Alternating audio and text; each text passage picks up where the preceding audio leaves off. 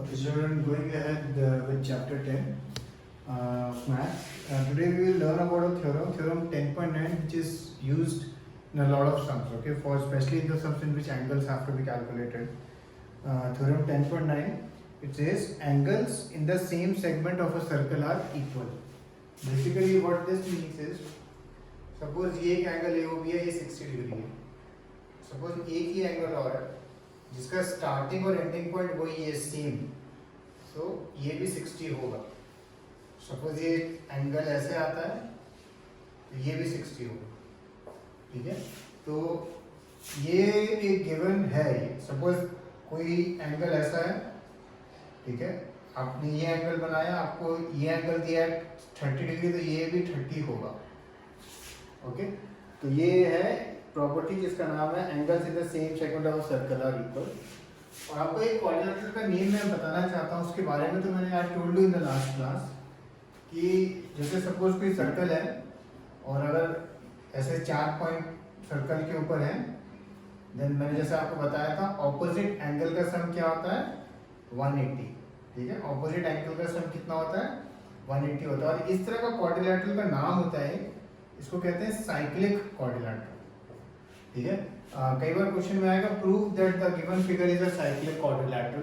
तो अगर इस तरह का क्वेश्चन आता है तो आपको ऑपोजिट एंगल का सम 180 प्रूव करना होता है. जैसे angle A plus angle C आपको जैसे 180 प्रूव करना हो, या angle B plus angle C. अगर किसी क्वेश्चन में आता है कि prove that the given figure is a cyclic quadrilateral. अभी जो हमने सेगमेंट वाली थ्योरम देखी है उसको कैसे हम यूज कर सकते हैं वो हम देखेंगे. अच्छा, नाउ सबसे पहले एक चीज है, whenever we are using this theorem you must write angle condition के angles in the same segment. Okay, don't do it without condition. And secondly, जब भी आप ये लिखेंगे, आप कंडीशन जब आप लिखेंगे तो वहाँ पे आप या तो थ्योरम नंबर लिख लो या स्टेटमेंट लिख लो, वो डिपेंडिंग ऑन योर स्कूल. कुछ स्कूल में ये क्वेश्चन कई बार मेरे से बच्चे पूछते हैं, तो अगर स्कूल में थ्योरम नंबर अलाउड है तो नंबर लिख दो, नहीं तो एक वही एक छोटा सा. अगर आप देखो इस फिगर में एंगल DBC गिवन है 55, एंगल BAC आपको गिवन है 45 और BCD निकालना है. ओके, एंगल BCD निकालना है. अगर हम एक मेथड से करेंगे फॉर सम, पर आप किसी भी इस सम को करने के मल्टीपल मेथड है. तो एनीवे मैं क्या करूँगा, ये BCD निकालना है ना, तो मैं ये एंगल A पूरा निकाल देता हूँ. और फिर angle A plus angle C कितना होगा 180, बिकॉज ये एक साइक्लिक क्वाड्रिलेटरल है.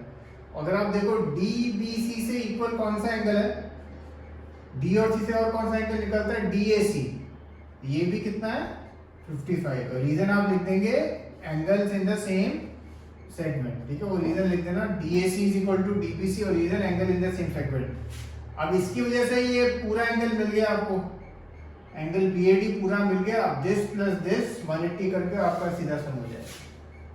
ओके, तो ये जो प्रॉपर्टी है कि angles in the same segment are equal, ये बहुत यूजफुल है काफी सारे सम्स में. जैसे ये भी एक फिगर है A और B, तो अगर दोनों इसी पॉइंट से निकले तो ये एंगल और ये एंगल क्या होंगे इक्वल होंगे. कुछ लगेगा कि इक्वल नहीं होंगे, but they will be equal. Okay, फिर एक ये सम है. इस सम में फिगर नहीं गिवन है, मैंने फिगर दी है आपको. ये एज अ स्टेटमेंट है. सम क्या लिखा है, prove that the quadrilateral formed by the internal bisectors of any quadrilateral is cyclic. Basically एक सिंपल क्वाड्रिलेटरल है ABCD, कोई इसमें प्रॉपर्टी नहीं है, सादा क्वाड्रिलेटरल है. और ये बाइसेक्टर है AE BF CF और DH, ये सारे बाइसेक्टर हैं. मतलब बाइसेक्टर मतलब ये और ये एंगल इक्वल है, ये और ये एंगल इक्वल है, ऐसे ये और ये एंगल इक्वल है. ये मतलब बाइसेक्टर है सारे ये.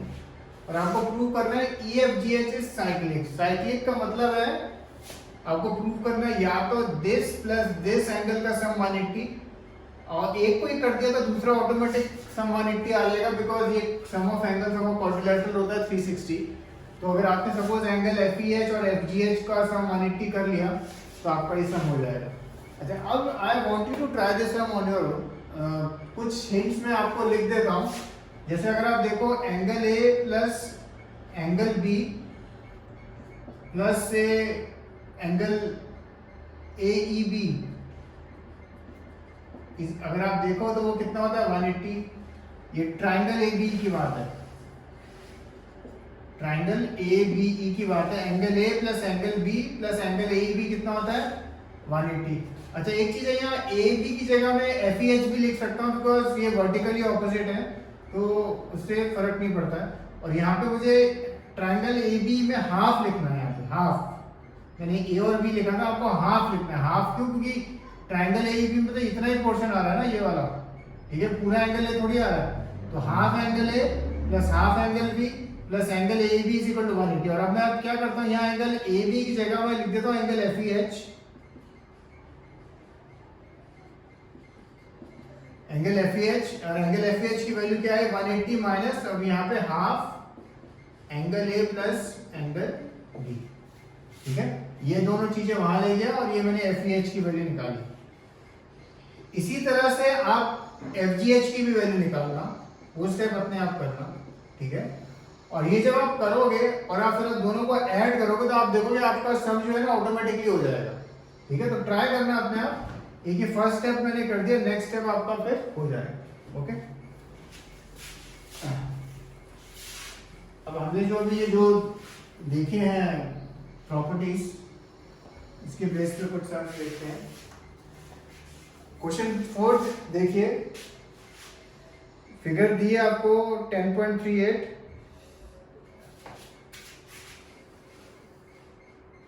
क्वेश्चन 4 BC डायमीटर नहीं है, वो मैं कुछ नहीं दिया हुआ तो वो अज्यूम नहीं करना है आपको।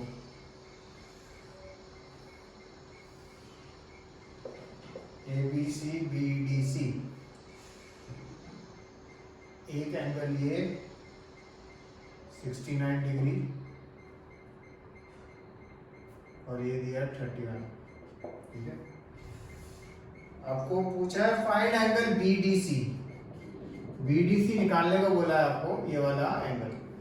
आप ऑब्वियसली फिगर आप देखें तो एंगल BDC किसके इक्वल है, एंगल BAC के। और रीजन क्या लिखेंगे आप, angles in the same segment. And last step angle BAC आप एक सेकंड में कैलकुलेट कर सकते हैं because if you see triangle ABC के दो एंगल्स ऑलरेडी दिए हैं, थर्ड सीधा आ जाएगा आपको, ठीक है।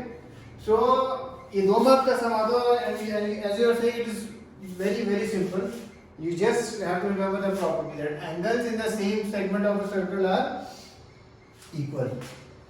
So question 5th और देखेंगे हम।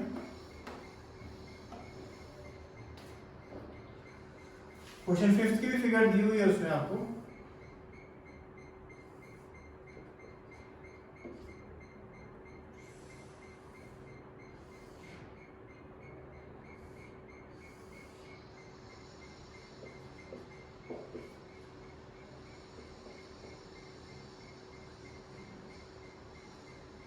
ये 130 की है और ये इतना एंगल 20 की है।